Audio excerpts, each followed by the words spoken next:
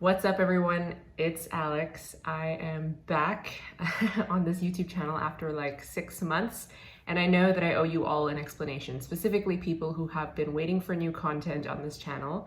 And the reason I'm making this video is, number one, because I'm finally ready to post another video on this channel, which I'll touch on more later. Number two, because I unexpectedly got a lot of messages from you all while I was away, which I obviously did not expect because I wasn't posting on YouTube. So I thought if my YouTube channel would be inactive, obviously nobody's gonna wanna, come to this channel, but I was wrong. I got so many messages on Instagram, so many comments from new subscribers on YouTube saying that you guys really enjoyed some of my international student videos, specifically the OPT checklist one, and the other one that I wasn't expecting was the video I made about why I moved to Boston. I'm really happy that you guys found that useful, found it interesting, and I was really surprised, especially with the Boston video, how much some people really related to the very specific things I brought up. Like, I love being in Boston as a Southeast Asian, and then people responded and said, oh, me too, I'm also a Southeast Asian thinking of moving to Boston. That was so surprising, and it's pretty cool how sometimes you think nobody else would relate to such a specific thing you go through.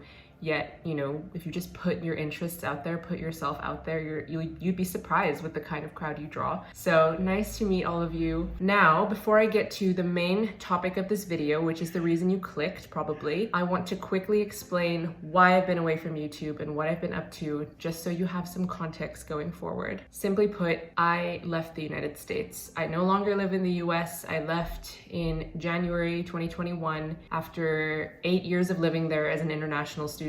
And I now live in the Netherlands. If you've been watching my YouTube videos long enough, you know that I am half Dutch. So that was, a reason why I chose to move to the Netherlands of all places, because I'm actually a citizen here. I was born here, I have family here. So when I was thinking about leaving the US, this was a no-brainer for me. And, simply put, I was at the end of my time in the US, and I just had to make a decision about whether I wanted to stay even longer or leave and move on to the next thing. So I'm gonna make a whole other video about that because there's no time to go into the whole story here. But yeah, I know that might be shocking, surprising if you don't know that already, especially if you were new to this channel and click that subscribe button because you wanted to see more Boston related content, which I know some of you want to see. So firstly, I do apologize for that. But I will be continuing this channel, I've decided, and I will be sharing more content, exploring what else I have to share with you guys now that I'm no longer in the US. So more on that in my next video, but right now I want to get to the main topic, which is a quick Q&A to answer all of the questions I've been getting from people over the last 6 months. So over the last 6 months, I've gotten quite a number of questions from you guys, like I said, mostly on Instagram, but I've actually been on an Instagram break even longer than I've been on a YouTube break. So I haven't been able to keep up with all the new messages that have been coming in, and I thought that it would be fun to shoot one video and answer all your questions at once. That way, if there are more than people asking the same question, we can get that all sorted out in this one video. And if you have any leftover questions after that, feel free to post that in the comments below. But let's get started. I have my laptop here with Instagram open, and I have my bubble tea here to keep me hydrated. So here we go. So this first question is about loans, and this person wants to know if I was able to get a loan for grad school in the US. And the short answer to that question is yes, it's possible, but it was incredibly challenging. Number one, because, well, first of all, I looked to the US for loan providers, and there are actually a number of banks and loan providers based in the US that are willing to lend to international students, but on the condition that you can provide a US citizen or a US permanent resident who has good credit history to be your co-signer or guarantor. And that's understandable from a financial perspective to have that kind of guarantee. But if you're an international student, especially if you're new to the US, chances are you don't have an established network of really close American connections who would be willing to make that kind of financial commitment for you. That's what made it so challenging for me to go that route, because I was like, okay, where am I gonna find somebody who would be willing to sign a loan for me? But maybe you have family or really close connections who you would be comfortable asking that from in the US. In which case, I would totally recommend you consider that, because maybe that might turn out to be a really helpful option for you. That being said, there were at least 1 or 2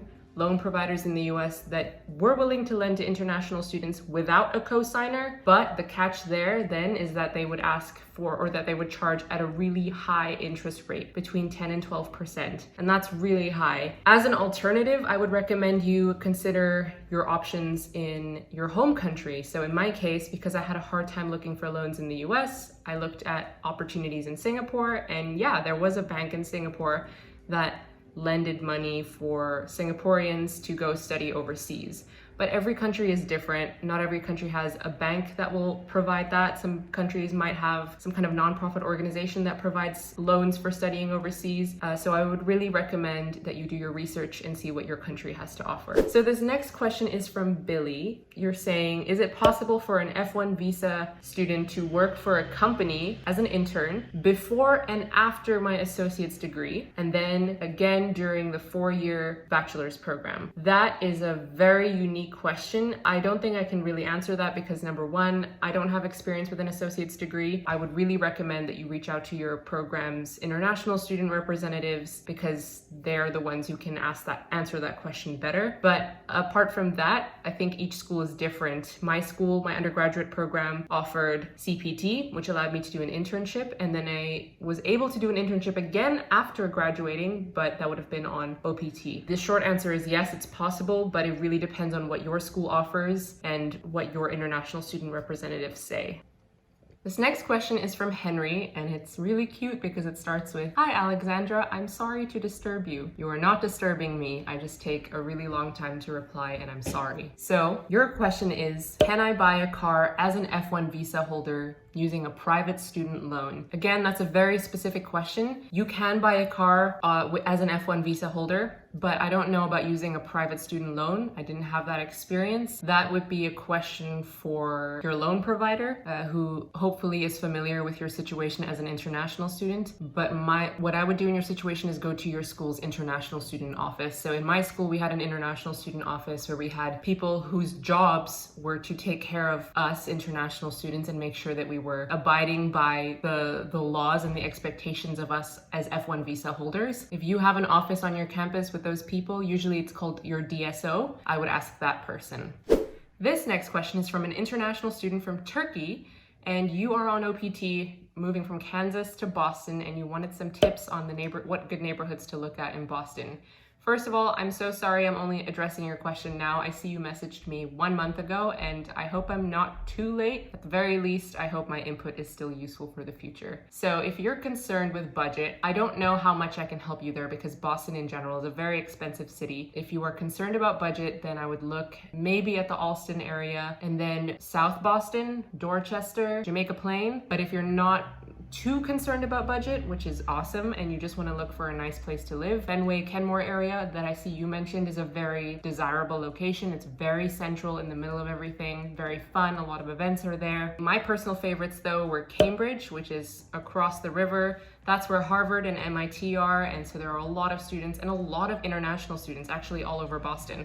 So I don't think you can really go wrong with Boston as an international student, but my personal favorite is Cambridge if you can find something there because of the student vibes. So I hope that helps. This next question is about the application process and how to convey your immigration status during the application period. And this question comes in 3 parts. The first question you're asking me is, will a company discriminate against your immigration status if they explicitly say in the job description that they don't offer visa sponsorship and they need to see your legal right to work in the US? If they explicitly say those things in the job description up front, then chances are yes, they will probably not consider your application upon finding out that you are an international student who needs sponsorship in the future. Even though you will have OPT, which gives you the right to work, the fact that you need sponsorship in the future is probably going to be a reason for them to filter your application out, unfortunately. That being said, if they don't specifically say that they don't offer sponsorship and they just want to know if you have the legal right to work in the US, you can relax a little bit, because if you know you're going to get your OPT approved, you know you're going to have your EAD card, then you will have the legal right to work. There's nothing to worry about there. This brings me to the next part of your question, which is, how do you answer the question, will you now or in the future require an H-1B visa or sponsorship? And that's a very commonly asked question. First of all,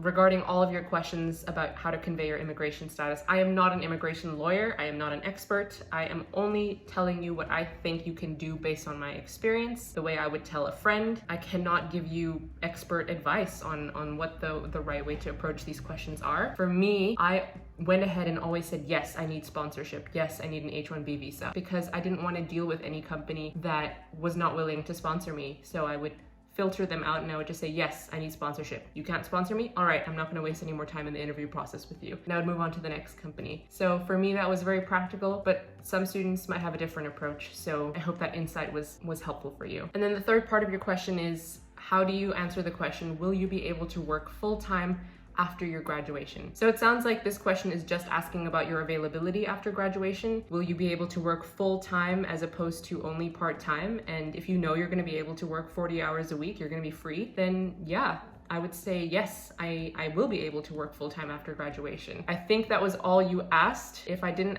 answer your question fully, let me know in the comments below. So my phone died, but that was good because I was starting to notice that a lot of the questions you guys had asked me were actually very specific to your situation and your individual circumstances. So they weren't as general as I was hoping they would be for this video, but that's okay. I still hope that I was able to answer your questions with enough insight to be able to send you in a helpful direction at the very least. As I said, I'm also not an immigration expert or an immigration attorney. I'm just a student sharing her experience. I, as always, encourage you to first go to your DSO, your International Student Office, for the most official information. That's always the starting point I would recommend. If you're watching this video and you actually relate to some of the questions that I was trying to answer today, or you've been through some of the situations that I've described in today's video, then please feel free, if you're comfortable, to share your insight, your perspective, any tips you have for some of the students whose questions I answered today in the comments below. I think international student challenges are so unique to international students that it often takes an entire community of us to answer each other's questions, because no two international students' experiences are completely identical. So yeah, the more insights and perspectives we have to work with, the better for everybody. So maybe we can start like a mini conversation in the comments below. But apart from that, thank you for tuning in. I hope this video was helpful, and I hope to see you in the next one. Bye.